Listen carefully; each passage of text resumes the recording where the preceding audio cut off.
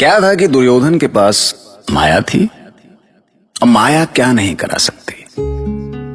मैं दुर्योधन की उन चालों का साक्षी हूं, क्योंकि मैं वो आंख हूं जो हर काल में, हर युग में खुली रहती है। मैं आकाश हूं। मैंने देखा है कि किस तरह दुर्योधन ने अपने पिता पर दबाव डालकर पांडवों को वारणावत भिजवा दिया और फिर शकुनी से मिलकर एक दूसरा खेल शुरू किया। सत्ता के खेल में गलत सही के मतलब बदल जाते हैं।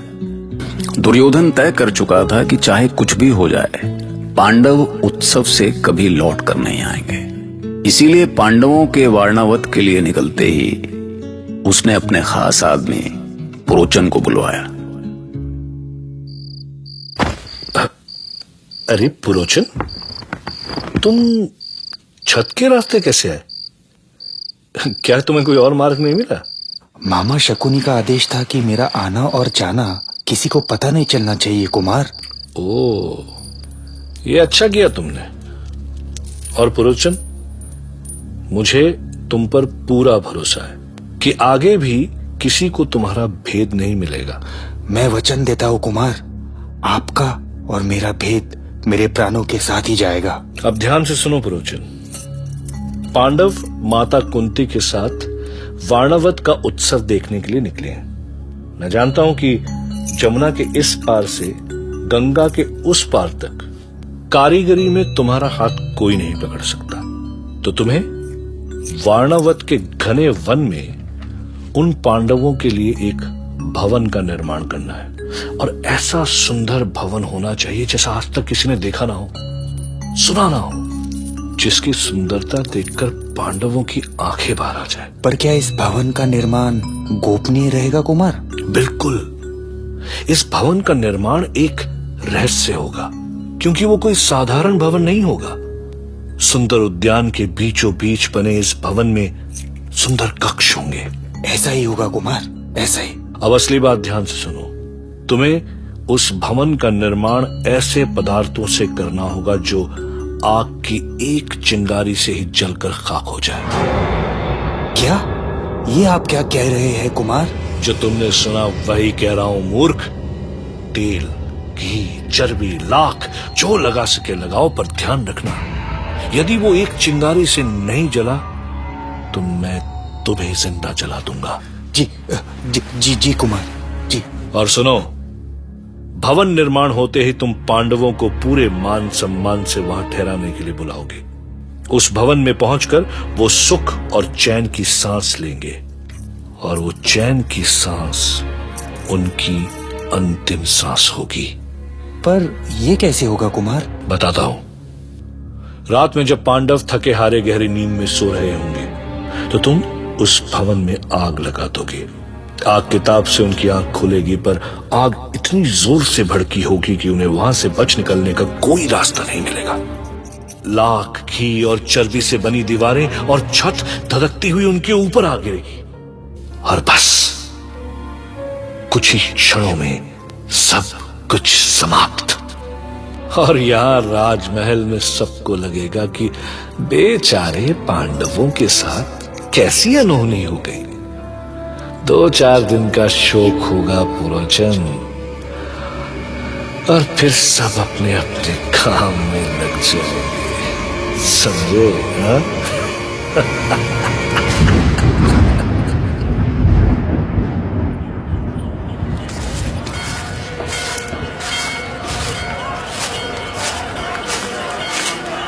वाह, क्या आनंद आ रहा है।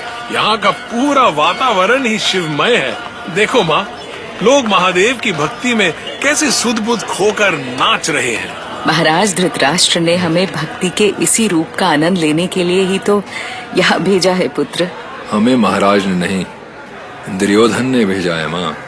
और अगर दुर्योधन ने हमें यहाँ भेजा है तो अवश्य उसके पीछे कोई अर्थ छिपा है। पुत्र, दुर्योधन हमारा भला नहीं सोच सकता, पर हमें तो अपने भले के लिए सोचना होगा ना। केवल सोचना नहीं माँ, कुछ करना होगा।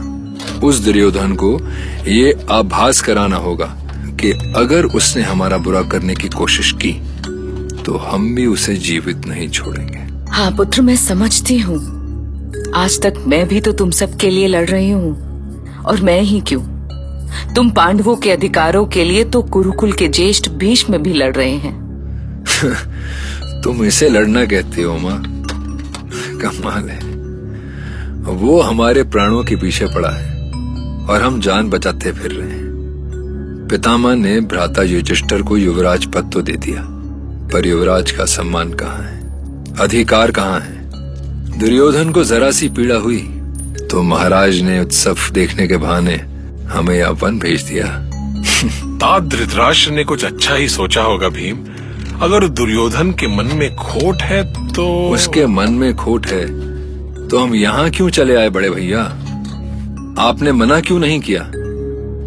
आपने ये क्यों नहीं कहा कि यहाँ वन में अगर इतना ही आनंद है तो दुर्योधन भी हमारे साथ चले? मेरे पुत्र भीम, राजमहल की कोई भी स्थिति तुमसे छुपी कहाँ है।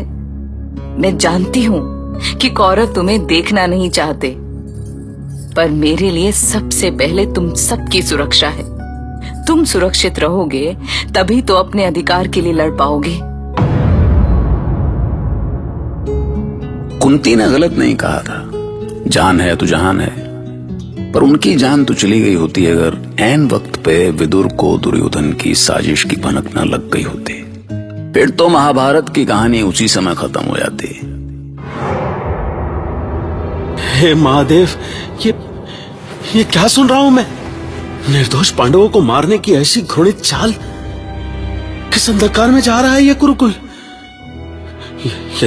यदि कौरव अपनी योजना में सफल हो गए तो महाराज प्रतीप का यह महान वंश डूबने में समय नहीं लगेगा। पांडवों जैसे वीर और महान आत्मा इस वंश में फिर कभी जन्मेंगे? क्या महाराज धृतराष्ट्र के ये पुत्र कुरुकुल के नाश के लिए पैदा हुए हैं? मुझे शक्ति दीजिए महादेव, मुझे शक्ति दीजिए कि मैं पांडवों को बचा सकूं। युवराज युधिष्ठिर की जय हो। अरे भाई, अरे गिर जाऊंगा, मुझे कंधे से उतारो भाई। अरे ये तो अच्छा हुआ कि मुझे कंधे पर नहीं उठाया। ये सही कहा, नहीं तो जाने कितने लोग दब जाते तुम्हारे नीचे। जय हो कुमार भीमसेन की। अरे नहीं भाई, मुझे मत उठाओ, मैं ऐसे ही चलता हूँ। चलिए चलिए, आइए हमारे साथ। हमें चलना कहाँ है? प्रणाम माता, मैं हस्तिनापुर का व्यापारी हूँ, पुरोलाल।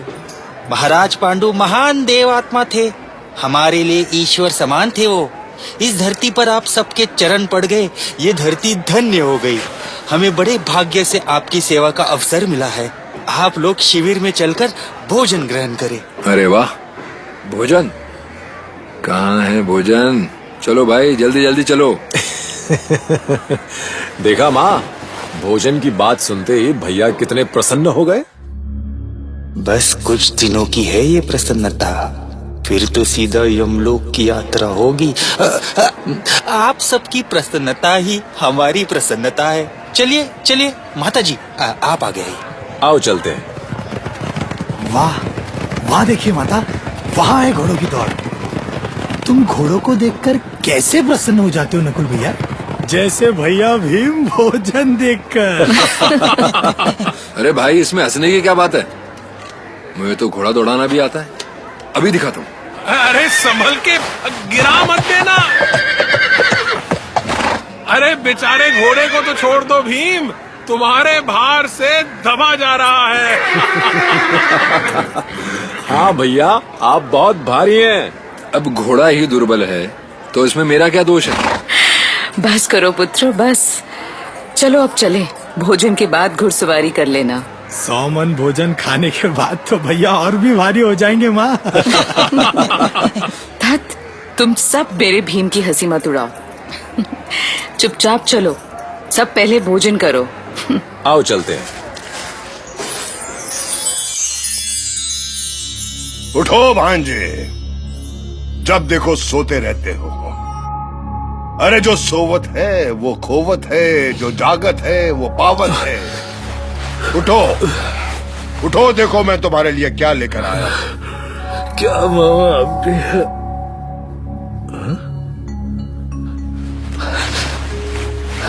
अरे मामा, ये तो ये तो युवराज का मुकुट है।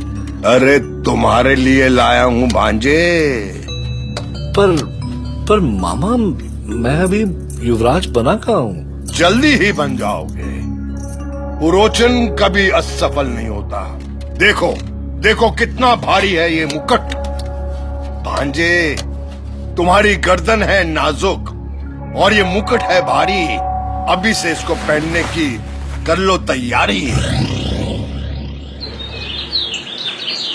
आप सभी के लिए विशेष आसन बनवाया है, कुश का आसन। आप सबके बैठने से और पवित्र हो जाएगा। भाई आसन तो ठीक है, भोजन कहाँ है पुरोलाल? ये लीजिए भीमसेन, भोजन भी आ गया। वाह, खीर, हलवा, मोदक, शाक, दही, घी सब एक से बढ़कर एक। भाई पुरोलाल, तुमने तो हमारी यात्रा सार्थक कर दी। वाह, आनंद आ गया। अभी कहा, भोजन के बाद मैंने आप सबके लिए विश्राम का ऐसा प्रबंध किया है कि आपकी आत्मा प्रसन्न हो जाएगी। स्वर्ग का सुख मिलेगा आपको। वैसा सुख फिर अगले जन्म में ही मिलेगा। कौन है वह? अपना परिचय दो वरना। धीरे बोलो। मैं हूं।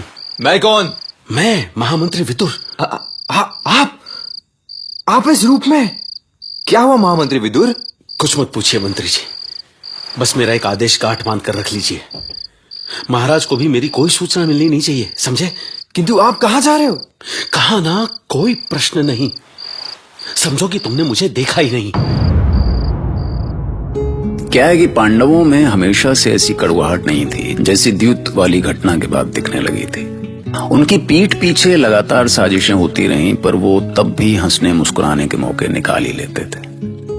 उन्हीं में से एक मौका था वारणावत का, जब दुर्योधन की कुटिल चाल से अनजान पूरा परिवार अपनी मौज में था। पर घात भी तभी होता है ना भैया, जब इंसान उससे अनजान हो। नहीं, सोच के देखिए महाभारत।